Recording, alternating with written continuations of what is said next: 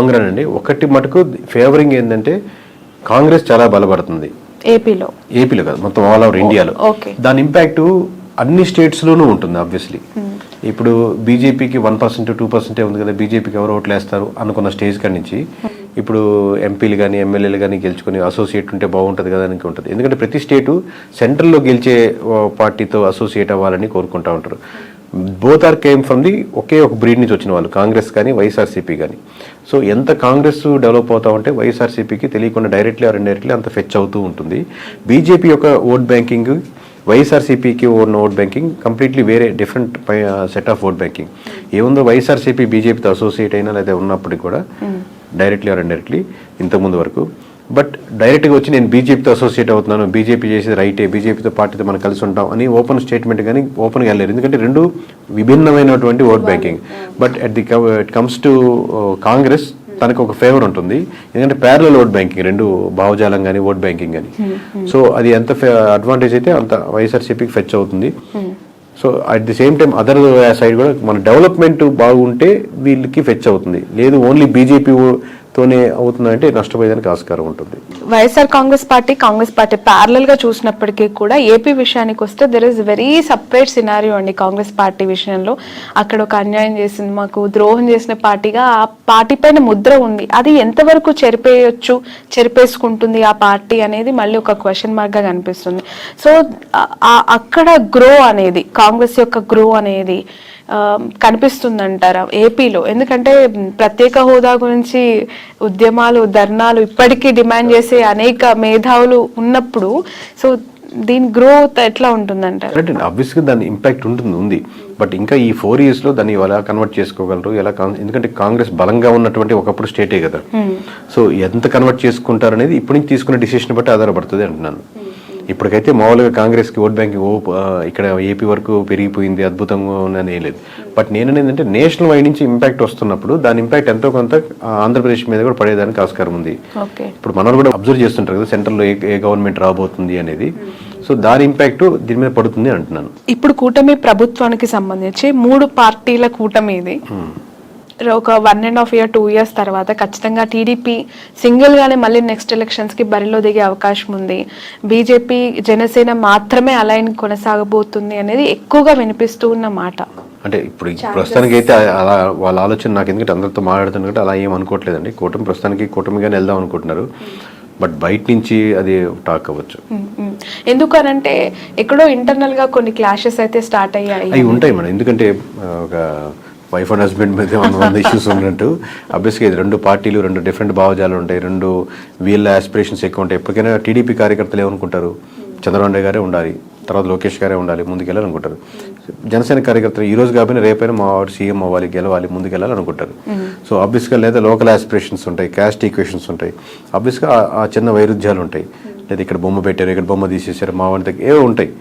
But ఇట్లన్నింటినీ కలుపుకొని ముందు మాట్లాడుకుంటే రోజు మీటింగ్ పెట్టుకుంటే ఎలా ముందుకు వెళ్తారని బట్టి ఉంటుంది.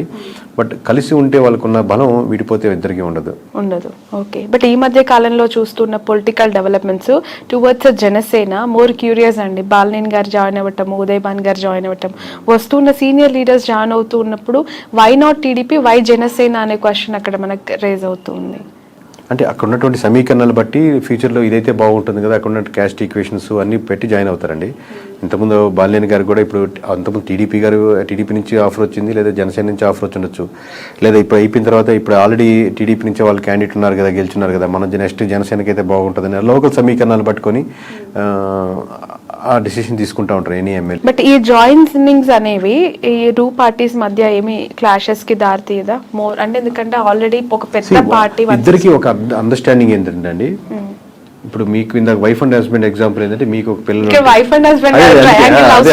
అందుకే మీకు కామన్ గోల్ ఎక్కువ ఉంటుంది. At the same time me individual మీకు కొన్ని లక్ష్యాలు ఉంటాయి, మీకు ఆయనకు ఎక్కువ లక్ష్యాలు ఉన్నట్టు. ఇక్కడ ఏమవుతుందంటే ఆబ్వియస్లీ రేపు పొద్దున్న నా పార్టీ బలోపేతం చేసుకోవాలని ఇరు పార్టీలకి ఉంటుంది, ఇరు పార్టీ లీడర్లకి ఉంటుంది. సో ప్యారల్గా ఒకటి మీకు తెలిసినా ఒకటి తెలియకపోయినా 2 పార్టీలు తన పార్టీ బలోపేతం చేసుకోవాలని వర్క్ చేసుకుంటూ ఉంటాయి. దాంట్లో ఎటువంటి సందేహం లేదు. ఎన్నికలకి ముందు వైఎస్ఆర్సీపీ నుంచి చాలా మంచి లీడర్స్, సీనియర్ ఫైనాన్షియల్ స్ట్రెంగ్త్ ఉన్న లీడర్స్ని వైసీపీ పోగొట్టుకుంది. అది ఎంతవరకు కారణం అనేది ఇప్పటికి కూడా వాళ్ళు తెలుసుకున్నారో లేదో తెలియదు, కానీ బాలినేని లాంటి సీనియర్ లీడర్స్ ఇప్పటికీ కూడా వెళ్ళిపోతూ ఉన్నారు. వాట్ ఈజ్ వైసీపీ ఫ్యూచర్ అండి, వైఎస్ఆర్సీపీ భవితవ్యం? అంటే ఇంతమంది 11 వచ్చినప్పటికీ కూడా కొంతమంది ఓడిపోయినా సీనియర్స్, ఇప్పుడు బొత్స గారు అవ్వచ్చు, పెద్దిరెడ్డి గారు అవ్వచ్చు, విజయసాయి రెడ్డి, ఇలాంటి పెద్ద సీనియర్ లీడర్స్ ఉన్నారు. సో ఎలా ఉండబోతుందంటారు ఫ్యూచర్, ఆ పార్టీ భవిష్యత్? అంటే ఎనీ పార్టీ అండి, నాట్ ఓన్లీ వైఎస్ఆర్సీపీ, ఎనీ పార్టీలో లీడర్స్ పోతుంటారు. ఇప్పుడు టీడీపీ నుంచి కూడా చాలా మంది వైఎస్ఆర్సీపీకి వెళ్ళినప్పుడు, లేదా ప్రజారాజ్యం నుంచి చాలా మంది మూవ్ అయ్యేలో ఉంటారు. పార్టీ మీరు స్ట్రక్చర్ అదే కాన్సెప్ట్ నిలబెట్టుకుని అదే ముందుకు వెళ్తూ ఉంటే లీడర్స్ వస్తుంటారు, పోతుంటారు, పార్టీలు ముందుకు వెళ్తూనే ఉంటాయి. బట్ మీరు అదే కాన్సెప్ట్ని, ఆ కాన్ఫిడెన్స్ని పీపుల్లో బిలీవ్ చేసేటట్టు ఉండగలిగితే టైం కొంచెం గడిచిన తర్వాత మీకు మళ్ళీ జనాలు నమ్మేదానికి ఆస్కారం ఉంటుంది. మీరు అసలు బిలీఫ్ సిస్టమే కోల్పోయారు అనుకోండి, లీడర్స్ మొత్తం 175 మంది యాస్టీజ్గా ఉన్నా కానీ ఏం గెలవలేవు. మీ సలహా ఏంటి? ఎవరికండి? 40% ఓట్ బ్యాంక్ వచ్చింది, 11 సీట్లే వచ్చాయి, అయినా ప్రతిపక్షంలో కూర్చున్నారు, ప్రతిపక్ష హోదానే లేదు అని చెప్పి మాట్లాడేవాళ్ళు. మీరు ఒక కేకే కన్సల్టెన్సీ నుంచి అసలు సీఈఓగా జగన్మోహన్ రెడ్డికి కావచ్చు, వైఎస్ఆర్సీపీకి కావచ్చు, వెళ్తాం అనుకునే లీడర్స్ కావచ్చు, వాట్ ఈస్ యువర్ అడ్వైస్? ఒక్కొక్క ఇండివిజువల్ ఎమ్మెల్యేకి ఒక్కొక్క నియోజకవర్గం బట్టి ఆబ్వియస్గా మేము ఇదే టెక్నికల్గా మేము ఇదే వాళ్ళ దగ్గర మనం చార్జ్ చేసి తీసుకొని అక్కడ వర్క్ చేసి సర్వే చేసి ఏది కరెక్ట్ ఉంటుంది, బాగుంటుంది, ఏది గెలిస్తే బాగుంటుంది అని చెప్తుంటాం. బట్ మీరు జనరలైజ్ స్టేట్మెంట్ అడుగుతున్నారు కాబట్టి ఇమీడియట్గా చెప్పలేదు. కొంతమంది ఏంటంటే అండి, నేను మళ్ళీ నెక్స్ట్ టైం గెలవాలి అనేది వస్తుంటారు. ఈ పార్టీ కాబట్టి ఏ పార్టీ అయినా గెలవాలి, నేను గెలిస్తే చాలు, ఏ పార్టీ అయినా పర్లేదు అది చెప్పండి అంటుంటారు. సో ఓవరాల్గా మీకు ఎక్కడైనా సరే ప్రజలు ఏం కోరుకుంటున్నారో ఆ ప్రజల పర్స్పెక్టివ్లో మీరు వర్క్ చేస్తున్న రెడీగా ఉందా లేదా, ఫ్యూచర్లో నాకు ఇక్కడ అవకాశం ఉంది అనుకుంటే రైట్. పార్టీ యాంగిల్లో ఇది జనరలైజ్ స్టేట్మెంట్ చెప్పలేదు. అంటే జగన్ గారు ఏం చేస్తే ప్రతిపక్షంలో ఇంకా బెటర్ గా వాళ్ళు ఫైట్ చేయొచ్చు? ఎవరైనా అంటే ఇప్పుడు వీళ్ళు సిట్టింగ్ అన్న అపోజిషన్ ఒకటే, దీంట్లో ఏం పెద్ద ప్రిన్సిపల్లో ఏం తేడా లేదు. దీంట్లో మనం చెప్పేది గ్రౌండ్ రియాలిటీలో ఎటువంటి ఇష్యూస్ ఉన్నాయి, ప్రజలకు ఎక్కడెక్కడ మద్దతు కావాలి, ఏ వర్గాలకి నేను నిలబడాలి, అన్ని వర్గాల్లో నేను నాయకుడిగా నేను నిలబడాలి. నేను కాదు, నేను లీడర్స్ కాదు. లీడర్ ఎప్పుడు ఇంకా గొప్ప లీడర్ అవుతా అంటే మీరు ఎంతోమంది లీడర్స్ని రకరకాల సెక్షన్స్లో తయారు చేసినప్పుడు గొప్ప లీడర్ అవుతారు. అది ఇప్పుడు నేను రిక్రూట్ చేసుకుంటున్నాను, ఇప్పుడు మేము ఇంట్రెస్ట్ చేస్తా ఉన్నాను. ప్రతి ఇంటర్వ్యూలో నేను చూసుకునేది అంశం ఏంటంటే, నాకంటే ఇతనికి లేదా అమ్మాయికి ఎక్కువ టాలెంట్ టెక్నికల్గా ఈ విషయంలో ఉందా, లేదా ఆల్రెడీ ఉన్న వాళ్ళకంటే ఎక్కువ టాలెంట్ ఉందా అని చూసుకుని లీడర్ అవుతాడు. నాకంటే ఎక్కువ టాలెంట్ ఉండకూడదు, నేనే లీడర్ ఉండాలి అనేది కంటే కూడా ప్రతి నియోజకవర్గంలో ప్రతి అంశంలో నాకంటే వాక్చాతుర్యంలో కానీ, మాట్లాడే విషయంలో కానీ, సబ్జెక్ట్ నాలెడ్జ్లో కానీ, మాట్లాడితే కరెక్ట్గా మాట్లాడే పర్సన్స్ కానీ, అంటే అపోజిషన్ కూడా చాలా టెక్నికల్గా మాట్లాడుతున్నాడు, చాలా రైట్ ఇతను, ఓన్లీ అరిచేసి ఏదో తిట్టేసినట్టు కాకుండా అలాగా టెక్నికల్ సబ్జెక్ట్ ఉండే లీడర్స్ని మీరు డెవలప్ చేయగలిగితే ఈ ఉన్న 4-5 సంవత్సరాల్లో మీరు మళ్ళీ గవర్నమెంట్ ఫామ్ చేయడానికో లేకపోతే మీరు ముందుకు రావడానికో తేడా ఉంటుంది. కానీ ఇదే పద్ధతిలో వెళ్తే, ఇదే లైన్లో వెళ్తా ఉంటే మళ్ళీ మీకు కష్టమే. ఓకే. ఈ 2 తెలుగు స్టేట్స్లో ప్రాంతీయ పార్టీలకు ఎంతో కొంత కోర్ ఓట్ బ్యాంక్ని కైవసం చేసుకొని సస్టైన్ చేస్తున్న పార్టీస్ని మనం చూస్తూ ఉన్నాం. ఇక్కడంటే ఇప్పుడు కాంగ్రెస్ అధికారంలోకి వచ్చింది, అగైన్ అక్కడ మళ్ళీ ప్రాంతీయ పార్టీ, ఆఫ్కోర్స్ జాతీయ పార్టీ అయినప్పటికీ కూడా వాళ్ళు ప్రాంతీయ పార్టీగానే ఎస్టాబ్లిష్ అయ్యారు, టీడీపీ.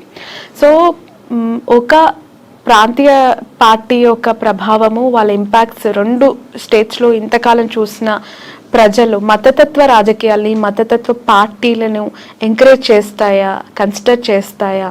అంటే ఇప్పుడు నేను నేషనల్ వైడ్గా చెప్తున్నా కదండి, మతానికి ఉన్న సంబంధించిన ఓట్ బ్యాంక్ అంటే ఇక్కడ ఎస్పెషల్లీ 2 తెలుగు స్టేట్స్ గురించి నేను మాట్లాడుతాను. అంటే కంపారిటివ్ నార్త్లో పోలిస్తే ఇప్పుడిప్పుడే సౌత్లో బీజేపీది కూడా ఇంకొంచెం ఉంది. కంపేర్ చెప్తున్నాను, నార్త్లో ఎక్కువ బీజేపీ ఆల్రెడీ ఒక సాచ్యురేషన్ పాయింట్కి వెళ్ళిపోయింది. బట్ సౌత్లో ఇప్పుడిప్పుడే అక్కడక్కడక్కడ ఆ టైప్ ఆఫ్ చిగురిస్తూ లేదా ఆ థాట్ ప్రాసెస్లో ఉండి మన ధర్మం అనేది ఆలోచిస్తున్నారు. బట్ అది ఓట్ బ్యాంకింగ్ సరిపోదు గెలిచేదానికి అనుకుంటున్నాను. ఒకసారి మీకు సెంట్రల్లో బీజేపీ తగ్గిపోతుంది అనుకోండి, దాని ఇంపాక్ట్ మన స్టేట్లో కూడా పడుతుంది. మొత్తం స్టేట్లో సెంటర్లో మనకు గవర్నమెంట్ మారుతుంది అనుకోండి, అది మన స్టేట్కి వచ్చేసరికి కూడా మన ఇంపాక్ట్ పడుతుంది. ఎప్పుడైతే మీకు బీజేపీ మీద ఎఫెక్ట్ ఎక్కువ పడిపోతుందో, బీజేపీ మునిగిపోతుందో, దానికి బీజేపీ ఆధారితంగా నిలబడిన పార్టీలు కూడా దాని ప్రభావం, దాని ఎఫెక్ట్ ఎంతో కొంత తీసుకోక తప్పదు. Okay. In future Nara Lokesh గారికి, పవన్ కళ్యాణ్ గారికి ఎవరికి ఎక్కువగా సీఎం అయ్యే అవకాశం ఉంది అని అంటారు? మీ అజంప్షన్ ఏంటి? అది చెప్పలేము. ఎందుకంటే అండి ఇది హైపోథెటికల్గా ఆబ్వియస్గా చంద్రబాబు నాయుడు గారు ఉన్నంతసేపు ఆయన గవర్నమెంట్ రన్ అవుతూ ఉంటుంది, 5 years ఇబ్బంది లేదు కదా. But going forward obviously TDP బలంగా, టీడీపీ కార్యకర్తలు కానీ ఎట్లాగైనా సరే మా చంద్రబాబు నాయుడు గారు సీఎం ఉండాలి. దాని తర్వాత లోకేష్ గారు వాళ్ళు కోరుకుంటారు. పవన్ కళ్యాణ్ గారు ఫాలో అయ్యేవాళ్ళు ఆబ్వియస్గా పవన్ కళ్యాణ్ గారు సీఎం అవ్వాలి, ఇంకా సీట్లు 21 నుంచి మేము 71, 100 సీట్లు వెళ్ళాలని కోరుకుంటారు. బట్ ఇద్దరు కూటమిగా వెళ్ళాలనుకుంటున్నారా, సెపరేట్గా వెళ్ళాలనుకుంటున్నారా? మీరు ఇందా చెప్పినట్టు టీడీపీ సెపరేట్ అయ్యి బీజేపీ ఆబ్వియస్గా బీజేపీ జనసేన వెళ్ళాలనుకుంటున్నా, దీనివల్ల ఇట్లా సెపరేట్ అయితే మళ్ళీ వైఎస్ఆర్సీపీకి ఫెచ్ అవుద్దా? ఎన్ఫ్యాక్టరీ వేస్లో ఉన్నాయి కాబట్టి ఎవరి కార్యకర్తలు వాళ్ళు లీడర్ అవ్వాలనుకుంటారు. మాది ఏంటంటే ప్రజలు ఇప్పుడు ప్రస్తుతానికి ఏమనుకుంటున్నారు, ఎలా చేస్తే ప్రజలకు బాగుంటుంది. ఇంకా ఆబ్వియస్గా ఏపీ మన సొంత స్టేట్ కాబట్టి ఈ డెవలప్మెంట్లో మనం కూడా ఎందుకైనా భాగస్వామ్యం అయితే ఇది బాగుంటే బాగుంటుంది అని మనకు ఒక స్వార్థం కూడా ఉంటుంది మంది కాబట్టి. ప్రజలు ఏమనుకుంటున్నారు అనేది మీరు చెప్తానంటున్నారు. పిఠాపురం ప్రజలు ప్రస్తుతం ఏమనుకుంటున్నారు? పవన్ కళ్యాణ్ గారు ఎమ్మెల్యే అయ్యారు, డిప్యూటీ సీఎం అయ్యారు, ఒకసారి ఛాన్స్ ఇవ్వమన్నారు, గెలిపిమ్మన్నారు, అవకాశం ఇచ్చేశారు. అన్ని ఆయనకు కావాల్సిన 21కి 21 కైవసం చేసేసారు. So towards Pawan Kalyan what is AP people's high అయితే ఫస్ట్ ఆఫ్ ఆల్ ఉంటుందండి. ఆబ్వియస్గా అందరు పవన్ కళ్యాణ్ ఓట్లు వేసిన వాళ్ళు ఎవరైతే ఉన్నారో వాళ్ళకి ఆబ్వియస్గా మనం వేసిన పార్టీ గెలిచింది కాబట్టి ఒక హై ఉంటుంది.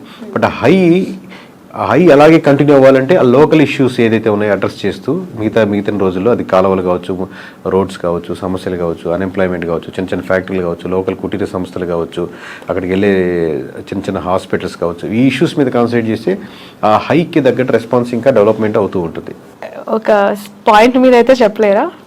అదేనండి, అది కంటిన్యూ చేయాలి. ఇప్పుడే కదా స్టార్టింగ్, ఇంకా కంటిన్యూ చేయగలిగితే దాన్ని ఉంటుంది. కానీ ఆ హై మటుకు ఉంటుంది అంటున్నాను. మిగతా నియోజకవర్గాల్లో లేని హై పిఠాపురంలో ఉన్న వాళ్ళకి హై వస్తుంది. ఎందుకంటే మనం వేసి గెలిచాడరా, మనం అంటే మొత్తం రాష్ట్ర వ్యాప్తంగా ఇచ్చారు. ఇప్పుడు మాకు తెలుస్తుంటుంది కాబట్టి లోకల్గా వాళ్ళు గెలుస్తారా, ఓడతారా, మెజారిటీ ఎంత 10,000 20,000 ఇంత హైతో చూశారు కాబట్టి రిజల్ట్ రాగానే ఆ హై కంటిన్యూ అవుద్ది. బట్ ఆ హై కంటిన్యూ అలాగే అవ్వాలి అంటే మీరు ఇష్యూస్ మీదే ఐడెంటిఫై చేసి వర్క్ చేయాలి. ఓకే సార్, మీకు ప్రెషర్ ఎంతవరకు ఉంటుంది ఈ సర్వీస్ అని చేస్తూ ఉన్నప్పుడు? ఎందుకనంటే ఒక ఇంటర్వ్యూ చేస్తే మాలాంటి వాళ్ళ మీదనే బురద జల్లే ప్రజలు, లేదంటే అలాంటి పీపుల్ మనం సొసైటీలో యాజ్ ఆఫ్ చూస్తూ ఉన్నాం. ఇంకా మీరు బియాండ్ దట్ ఒక పార్టీకి మీరు చేస్తూ గెలుస్తుంది, ఓడిపోతుందని మీరు ప్రెషర్ ఉంటుందండి. ప్రెషర్ ఆబ్వియస్లీ చాలా ఉంటుంది. దాంట్లో నేను లేదు అని ఎట్లా ఓవర్కమ్ అవుతారు? అంటే ఒకరు బెదిరించే వాళ్ళు ఉంటారు, లేదా ఇట్లా చెప్పమని అనే వాళ్ళు ఉంటారు, లేకపోతే వాళ్ళు ఇలా తమ్ముడు పోయాలని ఉంటారు, లేకపోతే బాగా వీరాభిమానులు ఉంటారు, ఏమన్నా చేసేస్తాం నీకోసం బాగుంటారని ఉంటారు. బట్ నేను మోస్ట్లీ నేను పరంగా కానీ నా కంపెనీ నేను ఎవరు ట్రై చేసినా మనం వీటికన్నిటికీ దూరంగా ఉందాం, మన పని మనం చేసుకుంటూ వెళ్దాం అని ట్రై చేస్తుంటాం. కానీ ప్రెషర్ అయితే విపరీతంగానే ఉంటుంది.